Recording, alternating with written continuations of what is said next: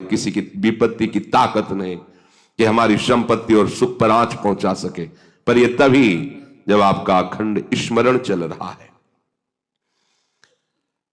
अखंड स्मरण के लिए वाचोवेगम मनसः क्रोधवेगम हिंसावेग मुदरोपस्थवेगम एतान वेगान सहते यस्तु विद्वान निंदाचास्य हृदय नोपहन्यात्। जो विद्वान उपासक वाणी का वेग, मन का वेग, क्रोध का वेग, हिंसा का वेग, भूख का वेग और जनेन्द्रिय जनित मैथुन का वेग जो सह जाता है, वही महात्मा निरंतर भजन कर सकता है, वही उपासक निरंतर भजन कर सकता है।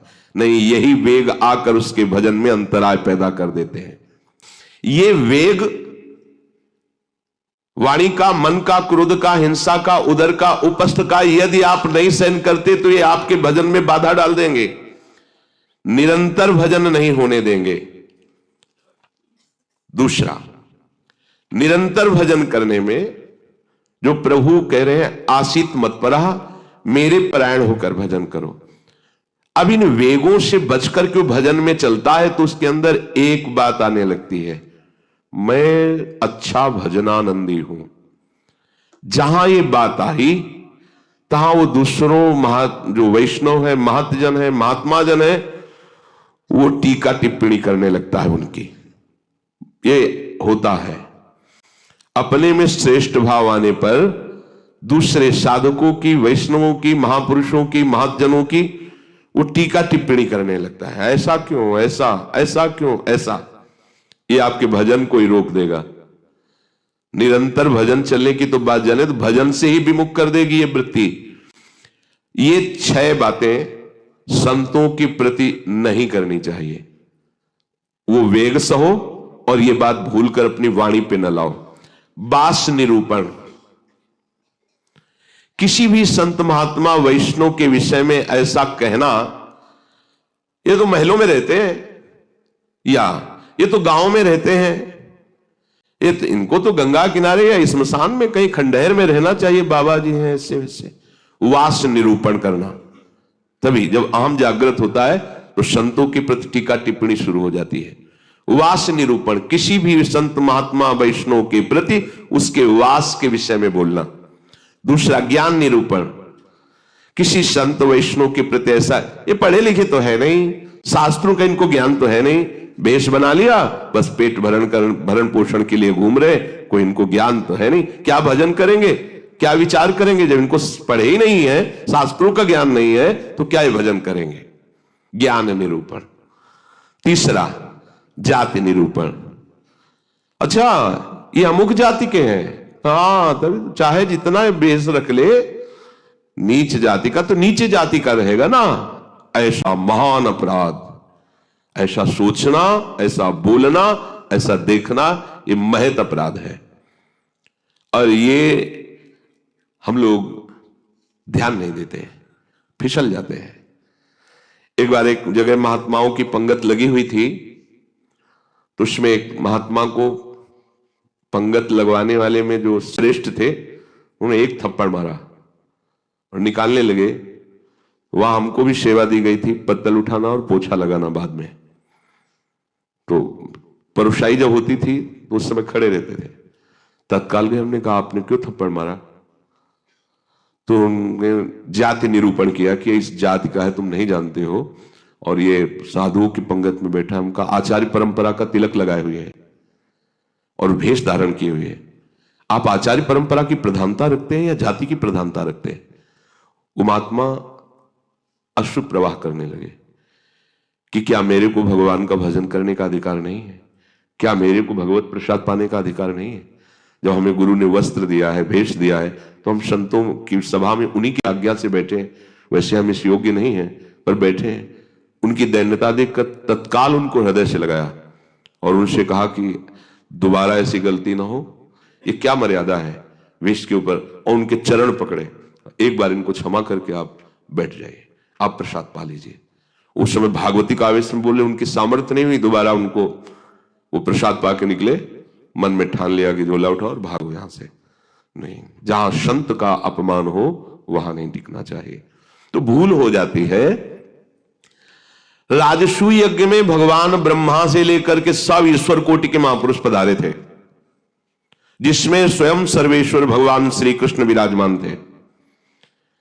और उस पवित्रता का क्या वर्णन करना, जहां साक्षात धर्मराज विराजमान है वहां अपवित्रता का प्रवेश नहीं हो सकता।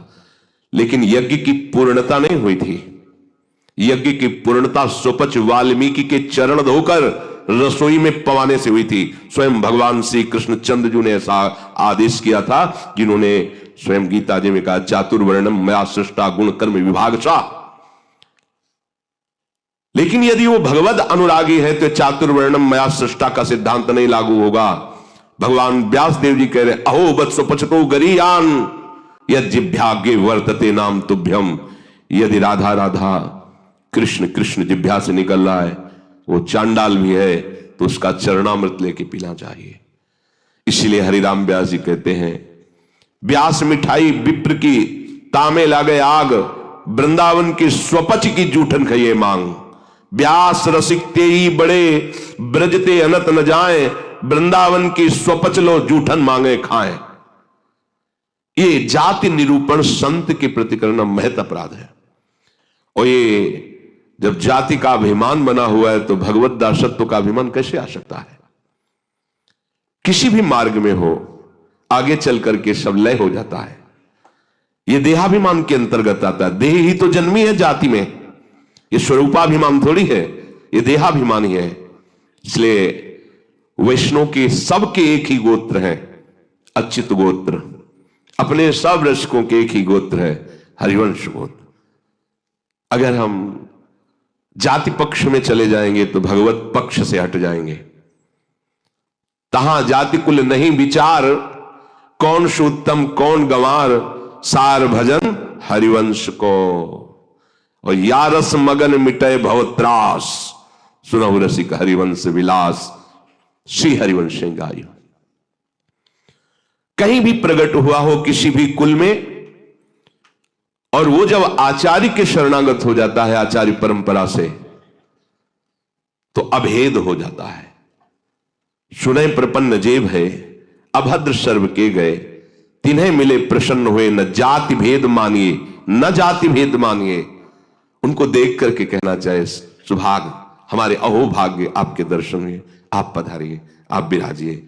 और जैसे अपने पूज्य जनों का स्वागत किया जाता है, ऐसे मन में भी नहीं आना चाहिए कि ये अमुक जाति का संत है, इसके पैर कैसे छुए, इसका चरणामृत के। अगर ऐसा तो आपका भजन बाधित हो जाएगा। जाति निरूपण, यही गलती हो गई थी दंडकारण्य के ऋषियों से श्री माता सबरी के प्रति। एक तो स्त्री जाति और दूसरी भीलनी। कैसे हम महाब्रह्म ऋषियों के बीच में बड़े बड़े कीड़ा पड़ गए थे, सरोवर के जल का प्रयोग नहीं कर सकते थे, सब अशांत थे। और भगवान श्री राम ने माता सबरी को सौभाग्य दिया ऐसा जो ब्रह्म ऋषियों को भी नहीं मिला। इसलिए कभी किसी संत के जाति निरूपण न करें। ये बिल्कुल, देखो हम सब प्रभु के अंश हैं। कर्म के अनुसार शरीर में आए, कर्म के अनुसार कुल में जन्मे, लेकिन हमको वो लेके थोड़ी बैठना है। हमको तो अपने प्रीतम के पास जाना है। हम ये कुल कर्म को लेके, जाति धर्म को लेकर के, शरीर को लेकर बैठे रहेंगे तो अगले जन्म निश्चित हो जाएगा। हमें प्रभु के पास जाना है। जो ही ये बात सोचकर आगे बढ़े तो आप केवल प्रभु के हो गए, खत्म खेल। बस सृष्टि चक्र के खेल के लिए है चातुर्वर्णम। भगवत मार्ग में जो ही आरूढ़ हुए तो वो शरीर राग हटा, भगवत अंश हो। जितने ब्रह्मा जी पवित्र हैं उतने तुम्हारा स्वरूप पवित्र है। जो भगवान शंकर का स्वरूप है वही तुम्हारा स्वरूप है। स्वरूप में अंतर नहीं है, अंतर है देह में। स्वरूप तो सबका एक ही है, भगवत स्वरूप है, सब आत्म स्वरूप है। चौथा, वृत्ति निरूपण। किसी महात्मा को देख के कहना है ना हाथ में माला है, हमें खास तो भजनानंदी तो लगते नहीं, पड़े रहते हैं, इधर खाते उधर खाते, भंडारा खाते, डोलते हैं, बिल्कुल नहीं। तुम क्या जानो, क्या जानो कौन सी क्या वृत्ति है। एक भजन की ऐसी भी वृत्ति होती है जिसमें माला विक्षेप होता है, भजन में सहायक माला होता है, और एक भजन की ऐसी वृत्ति होती है जिसमें माला विक्षेप होता है। अगर कभी उत्साहपूर्वक ले भी लिया जाए तो 10-5 मिनट से ज्यादा नहीं चलेगा और रख जाएगा। स्वाभाविक छाया हुआ है। अब वहां मन का चलाए तो विक्षेप पड़ रहा है, गिनती करे तो विक्षेप पड़ रहा है, चल रहा है। अब आप क्या जाने, आप माला देख के तो जान जाते हैं कि जप हो रहा है, लेकिन बैठे हैं, टहल रहे हैं, तो आपको लगा खाली टहल रहे हैं। नहीं, ऐसा नहीं। संतों को जानना बड़ा कठिन होता है। एक बार गुरु जी की सेवा में सुकुमारी शरण थे, जे ही लाडली कुंज में प्रवेश हुए तो महाराज जी का दुर्गंध आ रही। ऐसे देखा और कहा, वैष्णव अपराध करके आ रहे हो क्या? तो महाराज जी हम साबुन लगा के नहीं नहाते तो शायद शरीर से दुर्गंध। बोले वो दुर्गंध नहीं, ये वैष्णव अपराध की दुर्गंध है। गुरुदेव ने कहा, महाराज जी सावधान रहते हैं, कोई वैष्णव अपराध तो नहीं। नहीं, हमें महसूस हो रही है। आप पहले वहीं खड़े रहिए, बताइए क्या वैष्णव अपराध किया है। भजन का क्या प्रभाव होता है, बहुत सूक्ष्म है, बहुत सूक्ष्म। महापुरुषों के हृदय से ही पता चलता है ना। प्रारंभ में था तो पंडित बाबा की वाणी पढ़ी तो तन्मयता एकदम पंडित बाबा में हुई। तो दूसरे दिन सेवा में गए तो उन्होंने कहा कि हमारे चिंतन में कृष्ण बलराम आए, तुम्हारे सिवा और किसी का यहाँ आना नहीं है। तुम कहा महाराज जी पंडित बाबा का चरित्र पढ़ रहे तो एकदम उसमें तन्मयता एकदम। बोले हाँ तभी आया चित्र। अब कितना सूक्ष्म, मतलब ये सबके समझ में की बात। परिक्रमा दे रहे थे जगन्नाथ बाबा की कुटिया, दोपहर में देखा महाराज जी गायब। देखा तो अप्सरा कुंड में ध्यानस्थ एक वृक्ष के नीचे बैठे। महाराज जी वहां से क्यों चले आए? बोले इतनी जोर के गोपाल मंत्र के वहां परमाणु सिद्ध पुरुष थे ना, तो हमें विक्षेप पड़ रहा था निज मंत्र में, इसलिए हट के चले आए। वहीं हम पढ़े, हमें कुछ पता नहीं चला। आपका कितना सूक्ष्म, प्रवेश करते ही कह दिया आप वैष्णव अपराध करके आ रहे, दुर्गंध आ रही। वो हाँ महाराज जी अगर ये वैष्णव अपराध है तो फिर वो एक समोसा बांट रहे थे तो एक संत बार बार समोसा ले और खाते जा रहे थे, फिर लेते जा रहे थे, तो उसने धक्का मारा और दबकाक भगा दिया। तो हमें लगा कि कैसे संत है ये समोसा के लिए बार बार हाथ फैला रहे हैं। तो बोले उनको जानते हो? बोले हाँ प्राय वो दिखाई देते हैं बिहारी जी की गली में। बोले जाओ, महाराज जी ने पैसा दिया 50 रुपए उस समय, अगर जाओ समोसा खरीदो, उनको दो और उनके चरण पकड़ो, उनसे कहो कि आपके प्रति हमारी ऐसी मलिन बुद्धि हो गई थी, आप हमें क्षमा करें, फिर सेवा में आओ। कितना सूक्ष्म है महापुरुषों का सुरक्षा कवच। किसी भी संत के प्रति, वैष्णव के प्रति, ये तो पड़ा रहता है, तो कभी माला नहीं लिए, तो कोई भजन ध्यान करता नहीं, इस प्रकार से उसकी निंदा करना ये वृत्ति निरूपण है। पांचवा है स्वरूप निरूपण। इनके चेहरे में कोई तेज तो है नहीं, हमें लगता है कोई महात्मा तो है नहीं, बनावटी ही लग रहे हैं, कोई आकर्षण तो है नहीं इनके चेहरे में, सच्चे साधु नहीं है, ऐसा वैसा नहीं। आप क्या जानते हो, ये राख से ढकी हुई आग है, राख हटे तब पता चलेगा। अगर चेहरे से ही महात्मा की पहचान होती तो जड़ भरत जी को पहचान लेता रहुगण। और साधारण सत्संगी नहीं, कपिल भगवान से सत्संग करने जा रहा है, कोई साधारण सत्संगी नहीं, महापुरुषों का संग करने वाला है, फिर भी नहीं पहचान पाया राख से ढकी हुई आग को। जड़ भरत जी जैसे महान ब्रह्मभूत महापुरुष से पालकी उठवा दी, जब उनके वचन प्रकाशित हुए तो कूद पड़ा पालकी से चरणों के। इतनी ऊंची स्थिति के महात्मा, कांप गया। तो ये किसी भी महात्मा के बाह्य रूप को देख करके नहीं जाना जा सकता कि किस कोटि का महात्मा है, कितनी ऊंचाई का है।